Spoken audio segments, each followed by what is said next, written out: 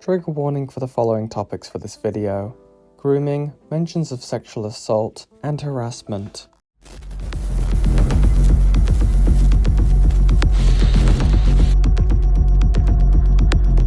Or are they? So I was playing some Minecraft with some friends of mine, and one of them was looking at this video created by someone called Saythe. I think I'm saying that name correctly. And they had made an expose video on SophtheNeko, of all people. So, you know how I am. I like a good expose video. Let's see what they have to say. 20 minutes later. Every time. What is it with these people and making videos with falsified information, taking stuff out of context, faking artwork, faking messages? Holy fuck. This is gonna be one hell of a fucking video. After the video introduction, Saythe goes over a channel overview of SophtheNeko's content, mainly what they do and what kind of videos they create. In this instance being commentary content and animation meme content, mainly consisting of event animations and video exposés. She also makes animation skits and will, let's say, they are beyond just edgy. There's a McDonald's in the pen. Dude! Yeah, as you just seen, Soph was straight up drawing herself murdering a fucking infant. And it gets weirder that she left a comment saying vote for baby poison. I get some people may find edgy humor funny, but where exactly is the funny on that? Now let's go over this criticism bit by bit, starting with the depiction of a child being murdered / poisoned.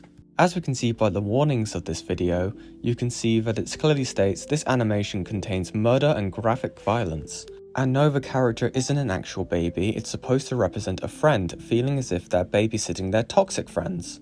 Now, if we rub our two brain cells together, we can understand that Soph isn't actually depicting a child being killed, they are using a metaphor to show what it feels like to have to babysit your friends.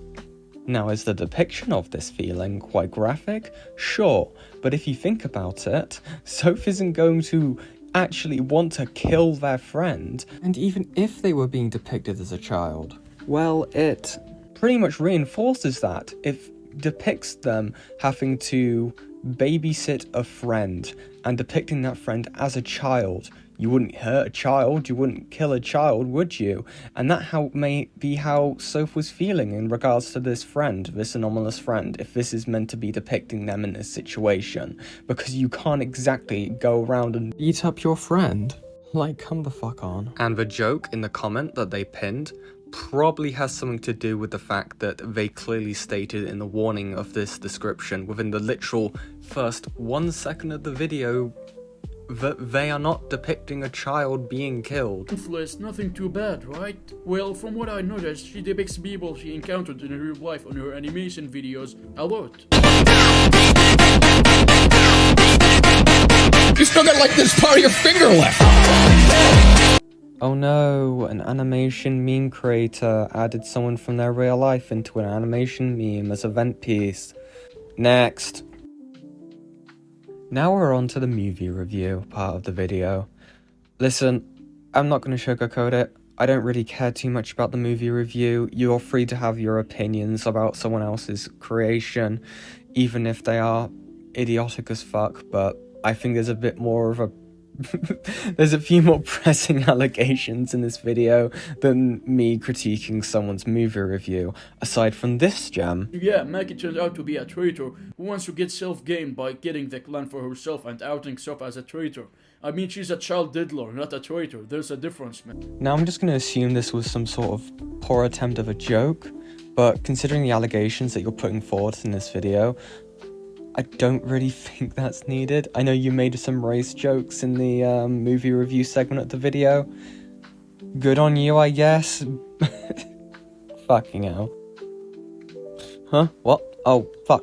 Yeah, we're finally here. We're finally at the main actual topic of the video. God, it only took us about 7 minutes to finally get here, but hey, we're here. Let's see what we've got. Now at the iceberg level, SophtheNeko makes weirdly not safe for work art on herself, as you can see, and the thing is, she literally even posts in her public social media accounts, where she even states it's for minors and above, so you're literally exposing your weird not safe for work art to minors in the internet. Now, after looking to SophtheNeko's Instagram page myself, I found one picture that may be determined as not safe for work. I reached out to Soph about this, and they explained how it was a vent piece, and due to it being censored, it had no sort of sexual implications. Now, if this was indicating a sexual act, such as intercourse, this person may have even had a point here, but it's not. The image itself shows Soph's character with X marks over their chest and their genital region. In my opinion, this wouldn't be classed as 18+ material, as it doesn't actually show any of the genitals or anything of the likes. It is correctly marked as 16+ content in my opinion, and even then, it's not actually depicting anything sexual.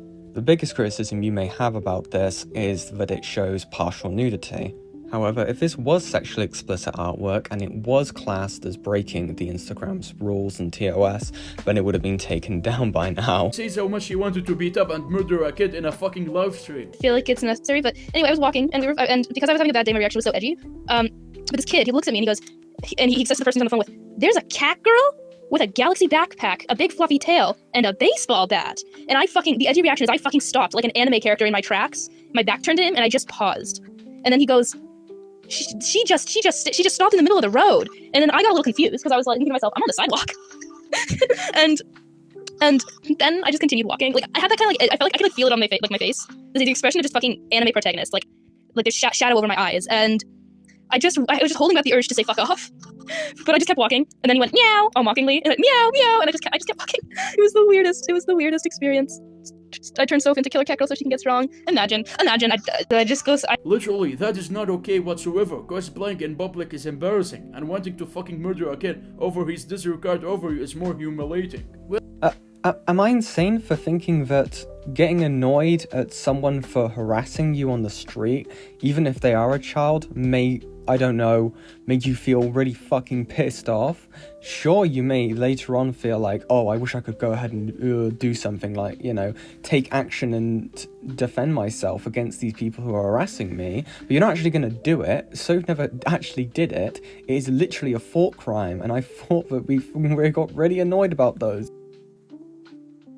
Now we get into this part of the video, where they show screenshots of Soph saying quite deplorable stuff.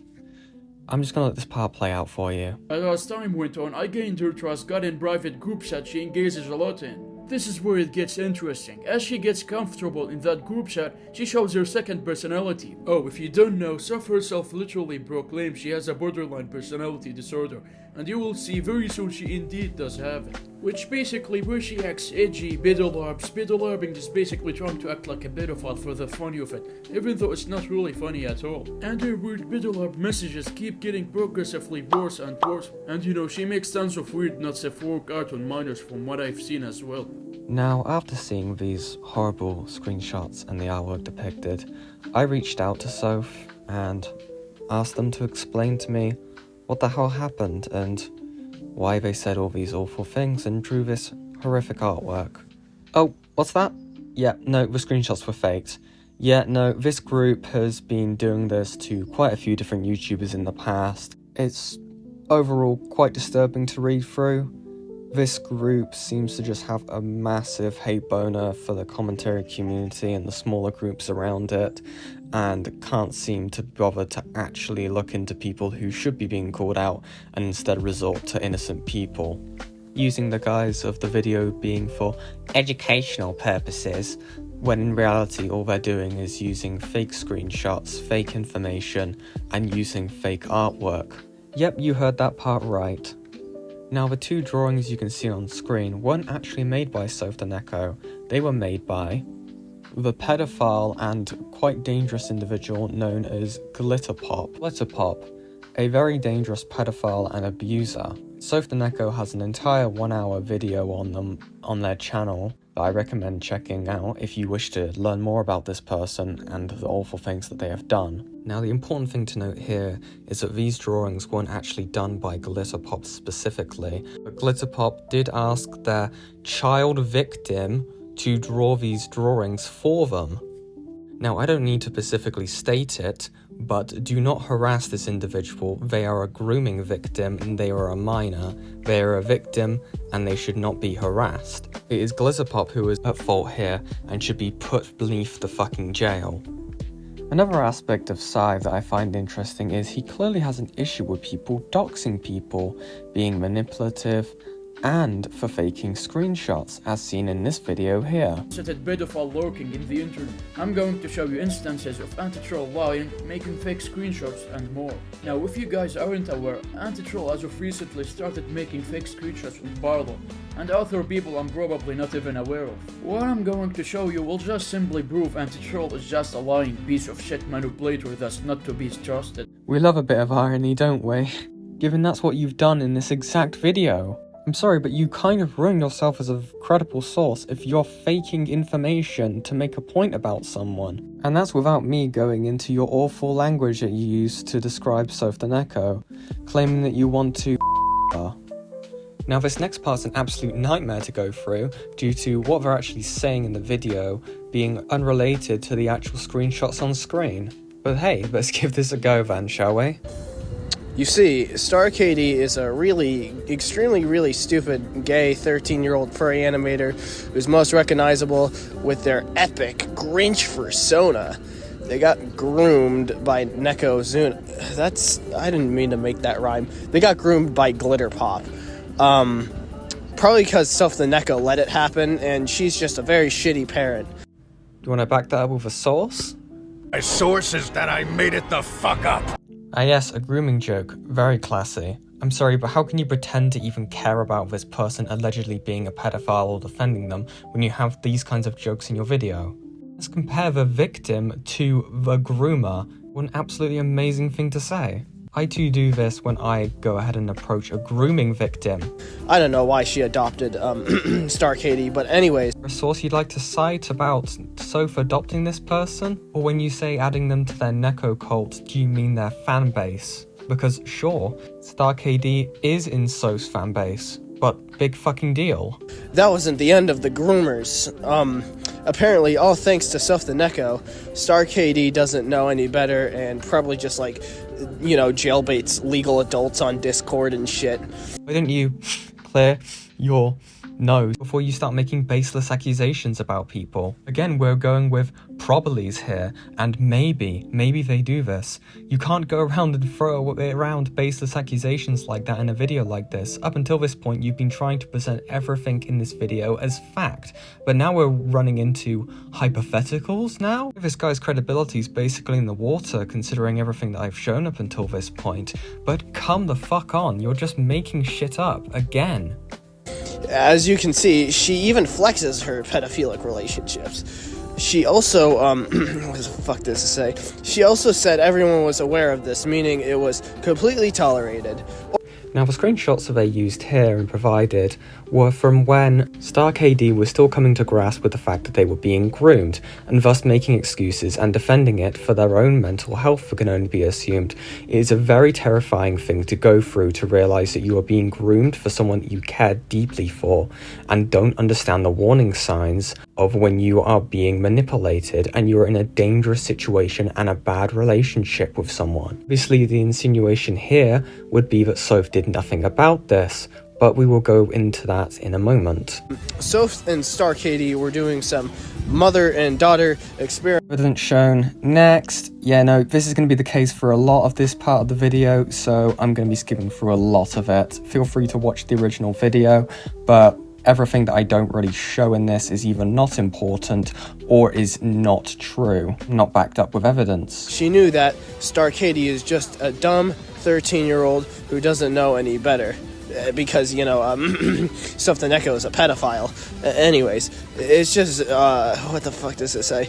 And it would be the perfect opportunity for grooming lessons. I mean, why else do you think she left tolerating many pedophiles victimizing StarKD. I mean, why would she let that happen? Okay, so there's a lot of screenshots shown there very fucking quickly, and probably for good reason, because if we actually look at them, it goes to show that they're not actually in relation to what they're talking about, and it's entirely against the argument that they're making here. So let's look at them one by one. I quote, "Even if there's some genuine interest in you as a person, or even if he loves you in some twisted way, he's disregarding the long-term effects that this may have on you and the other children he's engaged with. He knows it's wrong because he hides it from the world. I can't go on a tangent because I'm at work though. So I don't know about any of you, but this doesn't read to me as exactly Soph saying that they want this person to be groomed.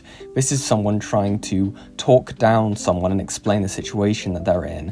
This is taken place. RKD doesn't understand what they're going through and that they are being groomed. But let's go on, shall we? I quote, "I try not to nag you for the Jdog thing because it feels exhausting having people constantly tell your loved ones must be dropped. I know the feeling, very personally. It makes perfect sense that you'd want to see the best in someone you've fallen deeply in companionship with. Partnership is very intimate and personal. It's almost impossible to see the worst of someone you want to spend yourself on. It's like loving someone so deeply you want to emotionally merge together into a team. I know. There's no letting go of that love now that it's," segment cuts off in the screenshots, "but ultimately he's romantically pursuing someone who is not at his developmental state, who isn't as sexually or emotionally developed as he is, and it creates a nauseating power imbalance, and it's a treacherous environment to develop in. As an adolescent, you're the one who has unconditional love for him and putting your needs before his." Again, this is literally Soph trying to explain to this victim of grooming how they have been groomed and that they need to make peace with this. And it is not their fault. It's quite literally the opposite narrative that they are trying to spread in this video. Now, you may have noticed the name Jdog and may be wondering why Soph didn't cover this person as a video topic. Well, that's because they handed the information off to another YouTube creator called Graceful, who made their own video on the topic of Jdog. Again, like the other videos that I have been discussing within this video, I will be linking it in the description below if you want to check it out. It's very informative and I recommend it. Now, there's still another 6 minutes of the video remaining at this point, but I've basically covered everything and all the points that they have made in that remaining part of the video, aside from the conclusion, where it is mainly just a meme compilation that they have put together. But hey, what's my summary of this topic? Saythe is an unhinged individual, and I recommend that if you ever come across this person, to not interact. The people they surround themselves with are also dangerous people who are known to harass people, make doxing threats, and threaten to falsely accuse people. This is Future Yen talking. This video took a while to come out, and between now and then another video has come out, but I won't be covering it. At this point, these people won't learn, and they're going to continue to make fake information. But I feel like it's important to note that these people in this group have children in their group working with them. To my knowledge, there are at least 2 minors within the group. At minimum, one of them is the age of 15. To any of those children who are currently listening to this part of the video, I do implore you to not engage with these people any longer. It is dangerous, it could ruin your life, and it could be traumatizing given what they are known to do. And I highly recommend disengaging with it. Children should not be in commentary spaces and should not be dealing with serious issues, and that should be left to the adults. I want to thank Soph themselves for helping me with answering a lot of the questions I had in regards to this topic, helping me figure out which screenshots were faked, and yeah, that's pretty much it. Thank you very much, Mahi, for the amazing thumbnail. Their information for their Ko-Fi will be linked in the description below also. And as some of you may have noticed compared to last video, I now have stills for the channel. These were all made by the amazing Banter Snark. Their card will be left in the description below also. I hope you guys enjoyed the video. Depending on how quickly I can gather the information, the next video topic is going to be a lot more serious, and I've been taking my time with it and only focusing on the research gathering and taking small breaks due to it being quite heavy in terms of what's involved with it. But until then, subscribe to the channel, like the video, it really does help me. And if you're ever going through anything in relation to the topics discussed in the video, make sure you reach out to health providers and the professionals.